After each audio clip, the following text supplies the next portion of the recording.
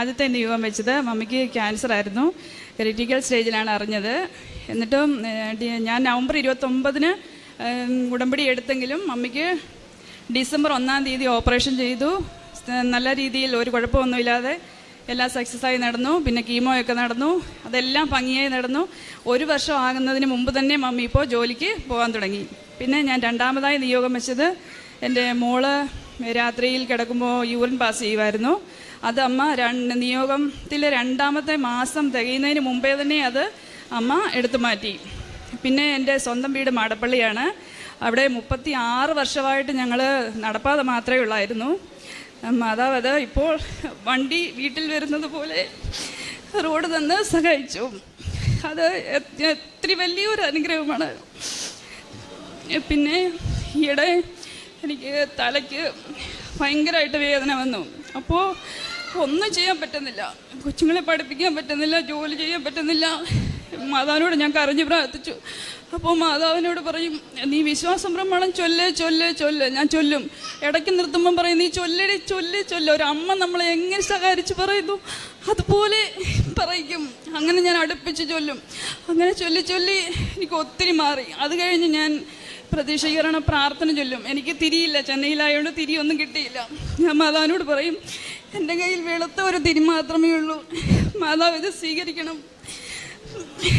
എന്നിട്ട് അമ്മ ഞാനത് കത്തിക്കുമ്പോൾ അമ്മ എന്നോട് പറയും, നീ ഇത് തലയ്ക്ക് ചുറ്റിനും 7 തവണ വലയം ചെയ്തിട്ട് ഈശോയെ അങ്ങയുടെ തിരുരക്തം ഒഴുക്കണമേ, തിരുരക്ത കടലിൽ മുക്കണമേ, പരിശുദ്ധാത്മാവിനാൽ നിറയ്ക്കണമേ. ആ ഒരു പ്രയർ ഞാൻ എപ്പോഴും ചൊല്ലിക്കൊണ്ടിരിക്കും. മാതാവിനോട് പറയും, നീ ഇത് 7 തവണ ചൊല്ലിയിട്ട് പോയി പ്രതീക്ഷീകരണ പ്രാർത്ഥന ചൊല്ലാൻ പറയും. മാതാവ് എങ്ങനെയാണോ നമ്മുടെ കൂടെയുണ്ട്. മാതാവിനെ മുറുകെ പിടിച്ചാൽ നമ്മളെ കൈവിടിയില്ല. പക്ഷേ അത് ചൊല്ലിക്കഴിഞ്ഞപ്പോൾ എനിക്കിപ്പോൾ നല്ല മാറ്റമുണ്ട്. ഡോക്ടറിൻ്റെ അടുത്തൊക്കെ കൊണ്ട് കാണിച്ചപ്പോൾ ഡോക്ടർ പറഞ്ഞു 6 മാസം ഗുളിക കഴിക്കണമെന്നൊക്കെ പറഞ്ഞു. ഞാൻ ഇച്ചിരി കഴിച്ചു കഴിഞ്ഞ് മാതാവിനോട് പറഞ്ഞു, ഞാനിനിയും കഴിക്കത്തില്ല, എൻ്റെ മാതാവ് എന്നെ സുഖപ്പെടുത്തി തന്നാൽ മതി, ഞാനിവിടെ വന്ന് സാക്ഷ്യം പറയും. എനിക്ക് നല്ല ഉറച്ച വിശ്വാസമായിരുന്നു. ഇപ്പോൾ എനിക്ക് നല്ല മാറ്റമുണ്ട്. ആത്മീയമായിട്ട് ബൈബിൾ വായിക്കും. പ്രാർത്ഥനയിൽ എനിക്ക് ഒത്തിരി ഇഷ്ടമാണ്.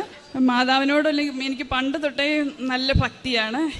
അതുകൊണ്ട് ഇപ്പോൾ മാതാവിനെ ഒരു കാര്യം പറയാൻ മറന്നുപോയി. കൃപാസനത്തെക്കുറിച്ചോ മാതാവിനെക്കുറിച്ചോ നമ്മൾ ആരോടേലും ഞാനിപ്പം പറഞ്ഞെന്ന് വെച്ചോ, അപ്പോൾ ഒരു കുളിരാണ് നമ്മുടെ മേലാകെ കുളിരാണ്. മാതാവ് നമ്മുടെ കൂടെയുണ്ട്. അപ്പോൾ നമ്മളറിയും, ഞാനേ അതിശയിച്ച് പോവും, എൻ്റെ കൂടെ മാതാവ് ഉണ്ടല്ലോ എന്ന് ഓർക്കും.